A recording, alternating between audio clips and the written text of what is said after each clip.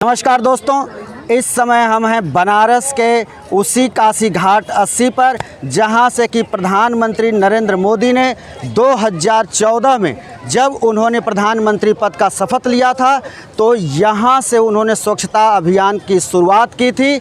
इसीलिए आज हम यहां पहुंचे हैं क्योंकि आज प्रधानमंत्री नरेंद्र मोदी ने मन की बात में 100वें एपिसोड का जिक्र किया। आज उनका 100वां एपिसोड था। देश में वो बड़े इवेंट के रूप में देखा गया। और हम आपको एक बात और बता दें कि जब उन्होंने 100वें एपिसोड का जिक्र किया तो उसी समय उन्होंने एक ट्वीट किया और उन्होंने कहा कि मन की बात देशवासियों की अच्छाइयों का अनोखा पर्व है, मेरे लिए ये आध्यात्मिक यात्रा है। जी हाँ, उन्होंने सही कहा। लेकिन इसी के साथ उन्होंने जिस बात का जिक्र किया अपने ट्वीट में, उसको भी हम अपने दर्शकों को बता दें कि मेरे लिए मन की बात आस्था, पूजा और व्रत है। जैसे लोग ईश्वर की पूजा करने जाते हैं तो प्रसाद की थाल लेकर के जाते हैं, मेरे लिए ईश्वर रूपी जनता जनार्दन के चरणों में प्रसाद की यह थाल के बराबर है। यह मेरे मन की आध्यात्मिक यात्रा बन गया है। अंत में उन्होंने जिस बात पर जोर दिया और अपने आप मन के बात में जो उन्होंने जिसकी ज़्यादा उन्होंने उल्लेख की वह यह थी कि अहम से वयम की यात्रा। तो हम बता दें कि ये वही 80 घाट है। ये 80 घाट नहीं है बल्कि इसका नाम है 80 घाट। ये 80 नदी के नाम पर पड़ा है और इसी घाट से उन्होंने आध्यात्मिक यात्रा शुरू की थी प्रधानमंत्री बनने के बाद। इसी घाट का वो जिक्र कर रहे थे कि अयम से वयम तक। प्रधानमंत्री जी, हम आपको सिर्फ याद दिलाने के लिए कार्यक्रम कर रहे हैं। हमारा कोई ऐसा वो नहीं है कि हम आपको कुछ सुनाएं, क्योंकि आपको सुनने की आदत है ही नहीं।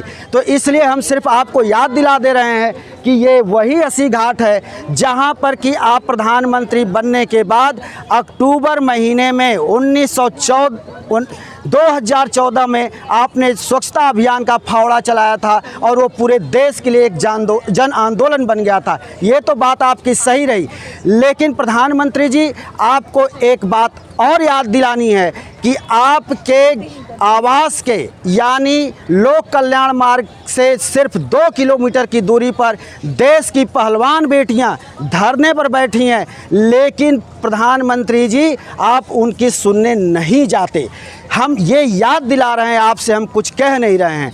तो प्रधानमंत्री जी, जब वो बेटियां जब जाती हैं विदेश के धरती पर और वो जब जो है मेडल लेकर के आती हैं तो आप एक एक बेटियों से फ़ोन पर बात करते हैं, उनको अपने आवास पर भोज के लिए बुलाते हैं, पीठ थपथपाते हैं। लेकिन जब वो बेटियां अपने हक की लड़ाई लड़ रही हैं, जब वो अपनी मांग कर रही हैं कि उनके साथ दुर्व्यवहार हुआ है, तो आप सिर्फ 2 किलोमीटर दूरी तय नहीं कर पा रहे हैं। ये आपका काशी का निर्वाचन क्षेत्र है, आप यहाँ से सांसद हैं और यही गंगा माँ जिनकी आपने शपथ खाई थी कि हमको न किसी ने बुलाया है न हम आए हैं, माँ गंगा ने बुलाया है। तो आज हमने भी तय किया था कि आपके इसी माँ गंगा के तट से हम ये कार्यक्रम करेंगे और आपको याद दिलाएंगे। तो प्रधानमंत्री जी, आपको सिर्फ हमारी यही आपसे गुजारिश है कि जब आप मन की बात करते हैं, आप 100 एपिसोड पूरा कर लिए, इसके लिए आपको बहुत बहुत बधाई। लेकिन आप लोकतंत्र के प्रधानमंत्री हैं, कभी आप जनता की भी सुना करें। आपको सुनने की आदत नहीं है। जब आपको कोई सुनाता है तो तुरंत वहाँ पर ईडी, सीबीआई, वहाँ पे सारे छापे पड़ते हैं और उनको किसी न किसी तरह से मामले में उलझाया जाता है और जेल की यात्रा करा दिया जाता है। प्रधानमंत्री जी, आपकी वो कौन सी मजबूरी है कि 6 बार का भारतीय जनता पार्टी का सांसद बृजभूषण शरण सिंह इन बेटियों के साथ दुर्व्यवहार में है, उसके ऊपर एफआईआर हो गई, लेकिन आप उसके खिलाफ कोई कार्रवाई नहीं करते, आप उसकी गिरफ्तारी नहीं कराते, आप उसकी कोई जांच नहीं कराते।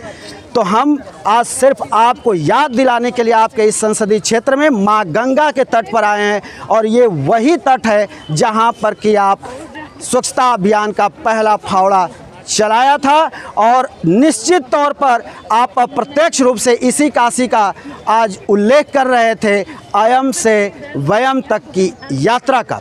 दोस्तों, आप निर्भीक पत्रकारिता के साथ हमारे जो है द पत्रकार टीवी के साथ जुड़े रहा करिए और आगे हम किसी नए एपिसोड में आपके सामने हाजिर होंगे। तब तक के लिए शिवमूर्ति दुबे को दीजिए इजाज़त।